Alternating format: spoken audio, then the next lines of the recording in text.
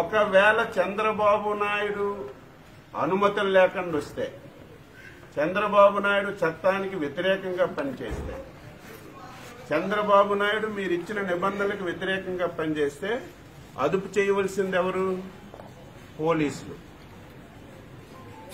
కానీ వైసీపీ నాయకులు ఎయిర్పోర్ట్కి రావాల్సినటువంటి అవసరం ఏంటుందనేది నా ఫస్ట్ క్వశ్చన్. అసలు వైసీపీ నాయకులు ఎయిర్పోర్ట్కి రావడానికి పోలీసులు ఎలా అనుమతి ఇచ్చారు? అధికార పక్షానికి ఒక చట్టం, ప్రతిపక్షానికి ఒక చట్టం అని చెప్పి నేను అడుగుతున్నాను. మొన్నను చెలో ఆత్మకూరు ప్రోగ్రాం ఇచ్చాం. చెలో ఆత్మకూరు ప్రోగ్రాం ఇస్తే ఇచ్చాపురం నుంచి అనంతపూర్ వరకు, చిత్తూరు వరకు నాయకులందరినీ ఇంటిలో నుంచి బయటికి రాకుండా హౌస్ అరెస్టులు చేశారు. నాలాంటి వాడు ఎవడైనా రోడ్డు మీదకి వస్తే నన్ను అరెస్ట్ చేసి 100 పోలీస్ స్టేషన్లు తిప్పి రాత్రి 10 గంటలకు విడిచిపెట్టారు. ఆ రోజు మా మీద పోలీసులు ఇటువంటి వ్యవహారం చేసేటప్పుడు నిన్న చంద్రబాబు నాయుడు గారు పర్యటన ఉందని తెలిసి ఇంతవరకు ఎప్పుడు కూడా భారతదేశంలో, స్వతంత్ర భారతదేశంలో అధికారంలో ఉన్నటువంటి మంత్రులు, అసలు మంత్రుల్ని బర్తరఫ్ చేయాలి. డెమోక్రసీ ఈ రాష్ట్రంలో కరెక్ట్ గా ఉందంటే, గవర్నర్ గారు కరెక్ట్ గా యాక్ట్ చేసి ఉంటే మంత్రుల్ని బర్తరఫ్ చేయాలి. మంత్రులు ప్రమాణం చేస్తారు, ఎక్కడ తారతమ్యాలు లేకుండా, తరతమ భేదం లేకుండా, రాజ్యాంగానికి కట్టుబడి, ఎక్కడ అశాంతి కలిగించకుండా పనిచేస్తామని చెప్పినటువంటి మంత్రులు నిన్న విశాఖపట్నంలో బొత్స సత్యనారాయణ, అవంతి శ్రీనివాసరావు, చంద్రబాబు నాయుడు అడ్డుకోండి, వైసీపీ నాయకులు, కార్యకర్తలు ఎయిర్పోర్ట్కి వెళ్లి మీరు ఏం చేస్తారో తెలియదు, కోడిగుడ్లు ఇసురుతారా, చెప్పులు ఇసురుతారా, లేకపోతే దాడి చేస్తారో తెలియదు, కానీ చంద్రబాబు నాయుడు బయటికి రావడానికి వీలు లేదని చెప్పి సాక్షాత్తు మంత్రులే బహిరంగంగా పిలిపించిన సందర్భంలో పోలీసులు ఏ విధంగా పనిచేయాలి? పోలీసుల పనేంటి? చంద్రబాబు నాయుడు జెడ్+ కేటగిరీ ఉన్న వ్యక్తి వస్తున్నాడు, మనం పర్మిషన్ ఇచ్చాం, వైసీపీ మంత్రులు పిలిపించారు, వారు అడ్డుకోవడానికి ప్రయత్నం చేస్తున్నారని చెప్పి వైసీపీ నాయకులకి ప్రివెంటివ్ అరెస్ట్ చేయాలి, ఎక్కడికక్కడ వాళ్ళని నిరోధించాలి. కానీ ఎక్కడా నిరోధించకుండా 2-3 మందిని నిన్న చూశాం. ఈరోజు మంత్రులు అంటున్నారు అందరూ విశాఖపట్నం ప్రజలు చాలా డొసైల్ పీపుల్, అటువంటి ప్రజలు ఎక్కడా లేరు. మీరు చూశారో లేరు, హుదూద్ వచ్చిందంటే దీపావళి చేసుకోవద్దు, ఒక టపాస్కాయ ఎవరు కాల్చొద్దంటే చంద్రబాబు నాయుడు మాటిని ఒక్కడు ఒక టపాకాయ కాల్చకుండా గౌరవించినటువంటి వైజాగ్ ప్రజలు మంచివాళ్ళు. నిన్న ఎవరు వచ్చారు? పెయిడ్ ఆర్టిస్టులు. ఎంత హీనమంటే తెలుగుదేశం పార్టీ చీరలు కొట్టుకొని పంపించారు, పసుపు చొక్కాలు వేసుకొని పంపించారు. తెలుగుదేశం పార్టీ రంగు చీర కట్టి పసుపు చొక్కాలు ఇచ్చి మా మీద కోడిగుడ్లు వేసిన సంస్కృతికి మీరు దిగారే. చంద్రబాబు నాయుడు అంటే ఎందుకు భయం? ఇది పోలీసులు పూర్తిగా వైఫల్యం చెందారు. పోలీసులు ఇప్పటికీ మార్పు చెందాలి. ఒక్క విశాఖపట్నం పోలీసులు, విజయవాడ పోలీసులే కాదు, మన దగ్గర కూడా కొంతమంది పోలీసులు అతిగా ప్రవర్తిస్తున్నారు. వారందరికీ హెచ్చరిక చేస్తున్నాం, ఎప్పుడు ఎద్దు ఒక సైడ్ పడుకోదు, ఎద్దు అటు పడుకుంటారు, ఇటు పడుకుంటారు. ఈరోజు కోర్టులు కూడా మొన్న డీజీని, సాక్షాత్తు మీ డీజీని, అయితే 40 సంవత్సరాల నుంచి రాజకీయాలు చేశాం కాబట్టి ఎవరి మీద కక్ష చేసుకునే అవకాశం మాకు రావటం లేదు, ఎవరిని ఇబ్బంది పెట్టాలనే ఆలోచన రావటం లేదు. కానీ ఇక ఊరుకునే ప్రశ్నే ఉండదు.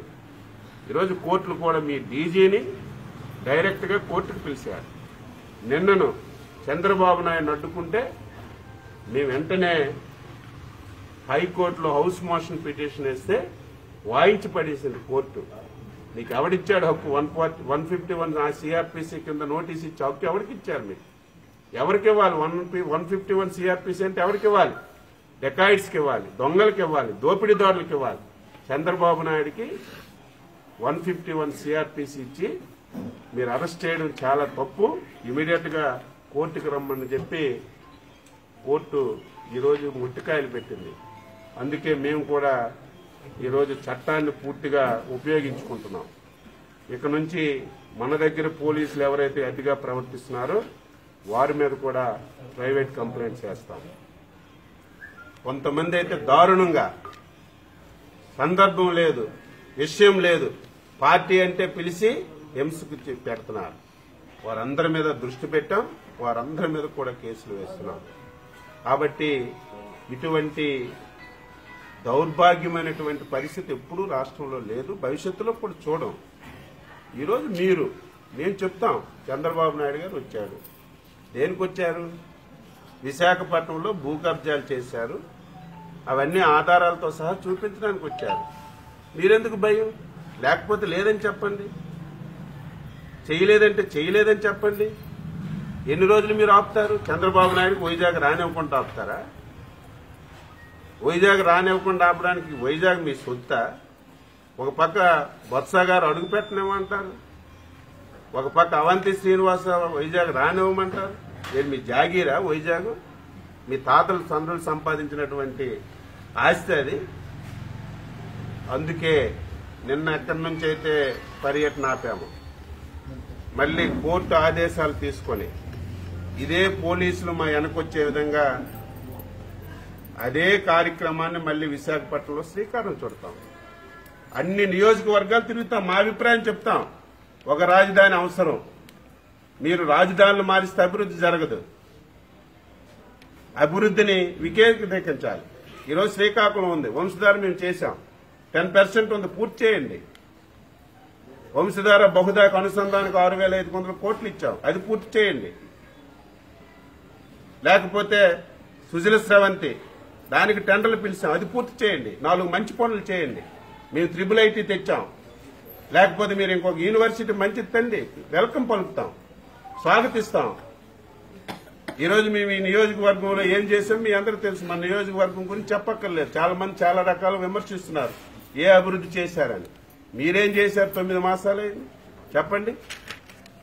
9 మాసాలలో శ్రీకాకుళం జిల్లాలో ఎక్కడైనా ఒక తట్టెడి మట్టి గాని, ఎక్కడైనా ఒక యూనిట్ కాంక్రీట్ గాని, ఎక్కడైనా ఒక భవనం గాని కట్టిన సందర్భాలు ఉన్నాయా?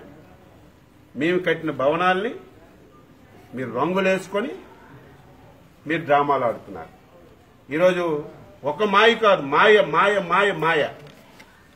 ఈరోజు పేదలకు పట్టాలంటున్నారు, స్వాగతిస్తున్నాం. పేదలకు పట్టాలు ఇస్తే నువ్వు పేదలకు పట్టాలు ఇవ్వాలనే ఆలోచన నీకు ఉండేటప్పుడు నువ్వు భూమి కొనాలి, భూమి కొని పేదవాడికి పట్టాలు ఇవ్వాలి. ఆ రోజు ఎన్టీ రామారావు ఇచ్చాడు, నీ తండ్రి రాజశేఖర రెడ్డి ఇచ్చాడు, చంద్రబాబు నాయుడు పేదవాళ్ళకి దళితులకి పట్టాలు ఇచ్చారు. కలెక్టరు, జాయింట్ కలెక్టర్, ఆర్డీఓలు ఆలోచించాలి. మీరు కూడా కోర్టుల చుట్టూ తిరుగుతారు. ఈరోజు శ్రీకాకుళం జిల్లాలో పాత్రికేయులు కూడా సైలెంట్ గా ఉంటున్నారు. శ్రీకాకుళం జిల్లాలో మీరు ఎక్వైర్ చేసిన భూమి 80% దళితులది.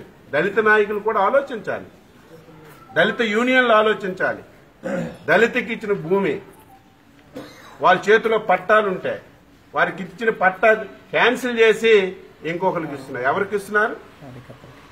నేను రైట్ టు ఇన్ఫర్మేషన్ మీద మొత్తం వివరాలన్నీ లాగుతున్నాను. మీరు వేసిన పేర్లు ఇవ్వండి. గతంలో ఎవరికైతే ఇళ్లున్నాయో, గతంలో ఎవరికైతే పట్టాలు ఉన్నాయో వారికే మీరు పట్టాలు ఇస్తున్నారు. ఇవన్నీ రికార్డు. ఈ రోజు కాకపోయినా రేపైనా సరే మీరు చట్టాన్ని ఎప్పుడు తప్పించుకోలేరు. ఎంత దారుణం! టెక్కల్లో ఈ మధ్య విజిలెన్స్ దాడులు, చెప్పిన మాట వినకపోతే విజిలెన్స్ దాడు. ఏంటండి ఇది? ప్రజలు ఏమవ్వాలి అసలు? ఒక మనిషి ఎవడమైనా సరే ఒక అవకాశం వస్తే, నాకు మంత్రిగా అవకాశం వచ్చింది, నా అవకాశాన్ని ఉపయోగించుకొని 10 మందికి ఉపయోగపడ్డాను. నాకు అవకాశం లేకపోతే నోరు మూసుకొని ఉన్నాను. నేను చెప్పిన మాట వినలేదని చెప్పి, నేను చెప్పిందే జరగలేదని చెప్పి పోలీసులు కూడా ఆలోచించాలి. దాడులు ఎప్పుడైనా టెక్కల్లో దాడులు ఉన్నాయా? చేయండి మీరు దాడులు. ఎవడైనా తప్పు వ్యాపారం చేసి దొంగ వ్యాపారం చేస్తే దాడులు చేయండి. ఏకపక్షంగా ఈ నిర్ణయాలు మంచివి కాదు, సమాజానికి మంచివి కాదు, ప్రజలకు మంచివి కాదు. ఇవి ఆలోచన చేయమని చెప్తున్నాను. మీకు అధికారం ఉంటే, ఈరోజు అధికారులు కూడా దారుణంగా ఇక్కడ ఒక ఎమ్మెల్యే ఎంపీ ఉంటే ఆర్డీఓ ఏం చేస్తున్నారు? ఆర్డీఓ బాధ్యత ఏంటి? అసైన్మెంట్ కమిటీ చైర్మన్ నేను, నాకు తెలాలి.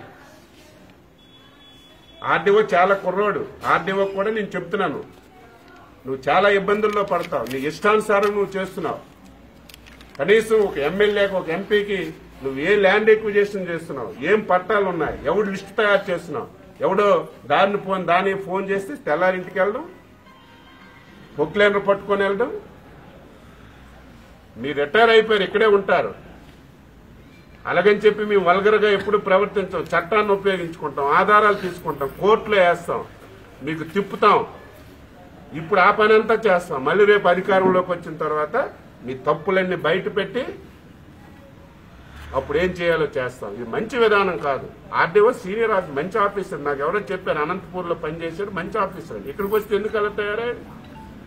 ఎవడో చెప్తే వాడి సొంత భూమి అయినా వాడికి పట్టా ఉన్నా ఎంత దారుణమైంది. ఒక పేదవాడు ఈరోజు చూస్తుంటే జిల్లాలో జరుగుతున్న పరిణామాలు ఏం చేస్తున్నారు? జిల్లాలో 8 మంది ఎమ్మెల్యేలు ఉన్నారు, మంత్రులు ఉన్నారు, స్పీకర్ ఉన్నారు. పేదవాళ్ళు భూములు దౌర్జన్యంగా తీసుకుంటుంటే మీకు ఇవ్వాలంటే భూములు ఎక్వైరీ చేయండి, లేకపోతే ప్రభుత్వ భూములు ఉంటే అక్కడివ్వండి. ఎన్నో సంవత్సరాల నుంచి పేదల భూములు తీసుకొని మీరు పట్టాలు ఇస్తామని మాయ మాటలు చెప్తే మంచి విధానం కాదు. ఇంకోటి చెప్తున్నాను, జిల్లాలో వైసీపీ వాళ్ళు మా మీద దిష్టి బొమ్మలు తగలబెడుతున్నారు, మా మీద విమర్శలు చేస్తున్నారు. అది చాలా తప్పది. దీన్ని తీవ్రంగా ఖండిస్తున్నాను. మీరు మీ వెర్షన్ చెప్పండి. అచ్చెన్నాయుడుగా నా వెర్షన్ నేను చెప్తాను ప్రజలకి. వైసీపీ వాళ్ళు, వైసీపీ ఎమ్మెల్యేలు మీ వెర్షన్ మీరు చెప్పండి. రేపు ఎన్నికల్లో మీ వెర్షన్కి ప్రజలు గౌరవించి మీకు ఓట్లు వేస్తే మీరు రాజ్యం వెళ్ళండి. కానీ మీరు ఇటువంటి తప్పుడు విధానాలు. నేను 5 సంవత్సరాలు మంత్రిగా ఉన్నాను. ఎప్పుడైనా ఏ పోలీసుకైనా సరే నేను ఫలానా వాడి మీద కేసు పెట్టమని చెప్పానా? ఫలానా నాయకులకు వేధించమని చెప్పానా? ఒక్కలైనా సరే నా దగ్గర పనిచేసిన పోలీసులే. ఈరోజు పోలీసులు వైసీపీ కార్యకర్తల కంటే దారుణంగా పనిచేస్తున్నారు. అలాగని చెప్పి అందరూ కాదు, కొందరే. వారికి కూడా చెప్తున్నాను, 9 మాసాలైంది వెయిట్ చేశాం, 9 మాసాలైంది అలాగ అబ్జర్వ్ చేశాం. ఎందుకు గొడవలు? ప్రశాంతం ఉన్నటువంటి ప్రాంతం, ఎప్పుడు గొడవలు లేవు, అభివృద్ధిని కోరుకునే ప్రజలు అని చెప్పి మేము ఆలోచన చేశాం. ఇప్పటికైనా సరే మీకు ఆలోచన చేయమని చెప్పుకుంటున్నాం. మీరు మారకపోతే మేము కూడా న్యాయస్థానాన్ని ఆశ్రయిస్తాం. మేము కూడా ప్రత్యక్షంగా ఏమండి, ఇప్పుడే మా టెక్కలి ఎస్ఐ గారు మా శేషుకు ఫోన్ చేశాడంట. నేను ఆయన పేరు ఎందుకు ఎత్తునంటే ఇప్పుడే నేను ఇక్కడ ఉన్నప్పుడే మా శేషుకు ఫోన్ వచ్చింది. మీరేంటి తమాషాలు చేస్తున్నారా, రోడ్డు మీదకి ఎందుకు వెళ్ళి ఆపారని చెప్పి. ఏం మొన్న చేసినప్పుడు నువ్వేంటి గాడిదలు కాస్తున్నావా ఎస్ఐ? మొన్న టెక్కల్లో కార్యకర్తల్ని కాకుండా ఎవరైతే డ్వాక్రా మహిళలు ఉన్నారో మీ అందరికీ ప్రభుత్వంలో పథకాలు ఇవ్వమని చెప్పి తెచ్చి నా దిష్టి బొమ్మ, చంద్రబాబు నాయుడు దిష్టి బొమ్మ తగలబెట్టి కాలుతో తన్నినప్పుడు నువ్వేం గాడిదలు కాసావా? ఆ రోజు నువ్వు ఎస్ఐ కాదా? ఈ రోజు డెమోక్రసీ పద్ధతిలో మేము డిస్టర్బ్ చేశామా? ఎవరు దిష్టి బొమ్మ తగలబెట్టావా? రోడ్డు మీద మా నిరసన తెలియజేస్తుంటే నువ్వు వార్నింగ్ ఇస్తావా? ఆలోచించాలి. ఎస్పీ గారు, డిఎస్పీలు వీళ్ళందరూ కూడా ఎప్పుడు ఒకేలాగా ఉండదు. ఏమవుతుంది? 4 కేసులు పెడతారు. దేనికి భయపడే వ్యక్తులం కాదు. అయితే గౌరవం, ఇంత సీనియర్ గా ఉన్నాం, ఇన్ని సంవత్సరాలు ఎమ్మెల్యేగా ఉన్నాం, మనం అలజడి సృష్టిస్తే బాగోదు. గ్రామాలు తగలబడిపోతాయి, అనవసరంగా ప్రజలు ఇబ్బందులు పడతారు. వెయిట్ చేస్తున్నాం. నీ వ్యవహారం ఏంటి? ఇప్పుడే ఇదే క్వశ్చన్ నేను వేస్తున్నాను. ఇప్పుడు మా వాడికి నువ్వు ఫోన్ చేసి అడిగావు కదా, 20 రోజుల ముందు నీ పోలీస్ స్టేషన్ ఎదురుగే నీ నాయకత్వంలోనే మా దిష్టి బొమ్మలు తగలబెట్టేటప్పుడు నీ నోరేమైంది? నీ నోరు పడిపోయిందా? కాబట్టి ఈ వ్యవహారం మంచిది కాదు. తెలిసిన కుర్రోళ్ళు కాదు, కొద్ది కుర్రోళ్ళలాగా ఉన్నా తెలుసుకోవాలి. లేకపోతే సీనియర్లకు అడగాలి. వ్యక్తిగతంగా మీరు పెట్టుకొని ఇలా చేస్తే మంచి విధానం కాదు. నేను అందరికీ తెలియజేస్తున్నాను. డెమోక్రసీలో ఎవరి అభిప్రాయాలు వాళ్ళు చెప్దాం, ఎవరు విషయాలు వాళ్ళు చెప్దాం, ప్రజలు నిర్ణయం చేస్తారు. నేను నిన్న జరిగినటువంటి సంఘటనని తీవ్రంగా ఖండిస్తున్నాను. నేనే కాదు, ప్రతి ఒక్కరూ ఖండించాలి.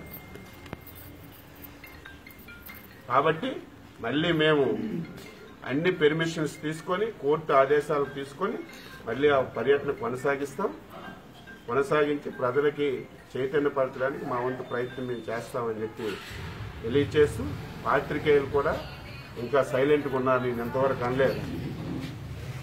రాయాలి, మా మీద రాశారు చాలా వరకు. రాస్తే అందులో మేము తప్పులుండి సెర్చ్ చేసుకున్నాం. ఈ రోజు పాత్రికేయులు రాయడానికి కూడా భయపడిపోతున్నారు. 2431 సార్ ఏదుంది జీవో ఇప్పించారా? జీవో మేము ఇప్పించాం. మీరిచ్చారన్నా జీవో మేము ఇప్పించామా? జీవో మేము ఇప్పించామా? మేము దాని మీద పోరాటం చేశాం. మేము దాని మీద పోరాటం చేశాం. రాజశేఖర రెడ్డి జీవో ఇస్తే ఎమ్మెల్యే ఉన్నాం. ఆ రోజు హైదరాబాద్ సెక్రటరియట్ లో ధర్నా చేసి జీవో క్యాన్సిల్ చేయించాం. ఒక్కరు ఒకటి రాయరు. ఇప్పుడు మొన్న మీరు ఉదాహరణ, మొన్నను మా దిష్టి బొమ్మలు తగలబెట్టినప్పుడు ఎవరు యాక్షన్ తీసుకోలేదు. రేపు నేను జగన్మోహన్ రెడ్డి దిష్టి బొమ్మ తగలబెట్టి ఎల్లుండి కేసు పెడతారు. అది చట్టమా? అది న్యాయమా? అంటే ప్రతిపక్షానికి ఒక చట్టం, అధికారానికి ఒక చట్టమా? ఇది చాలా తప్పు. అధికారులు ఆలోచించాలి. అధికారులు ఆలోచించకపోతే మీరే ఈరోజు మేము ఉండొచ్చు, రేపు ఇంకొకరు రావచ్చు, ఇంకొకరు మారచ్చు. కానీ ఇది మంచి విధానం కాదు. నిన్నైతే రివెంజ్ తీర్చుకోనమని చెప్పి సపోర్ట్లు కొట్టుకుంటున్నారు. చంద్రబాబు నాయుడు ఆ రోజు జగన్మోహన్ రెడ్డికి ఎయిర్పోర్ట్ నుంచి పంపించారు, మేము పంపించాం. ఆ రోజు జరిగిన సంఘటన, ఈ రోజు జరిగిన సంఘటన ఏంటి? ఆ రోజు నువ్వు జల్లికట్టు అని చెప్పి నువ్వు సమైక్యాంధ్ర మీద ప్రత్యేక హోదా గురించి ఉద్యమం చేపట్టావు. ఆ రోజు సిఐఏ సదస్సు జరుగుతుంది. దేశం ప్రపంచంలో అన్ని సమస్యలు వస్తున్నాయి, డిస్టర్బ్ అవుతుందని చెప్పి ఆపారు. నిన్నే ఉంది. నేను పెర్మిషన్ మాకెందుకు ఇచ్చారు? పెర్మిషన్ ఇవ్వకపోతే విజయవాడ నుంచి రాను కదా. పెర్మిషన్ ఇవ్వకపోతే విజయవాడ నుంచి చంద్రబాబు నాయుడు రాడు. ఒకవేళ ఆపాలంటే ఎయిర్పోర్ట్లు ఆపొచ్చు. మీరు బయటికి తీసుకొచ్చి ఈ రకంగా చేశారు, మీరు చాలా ఇబ్బందులు పడతారని చెప్పి తెలియజేస్తూ దీన్ని ప్రతి ఒక్కరు ఖండించాలని చెప్పుకోవచ్చు.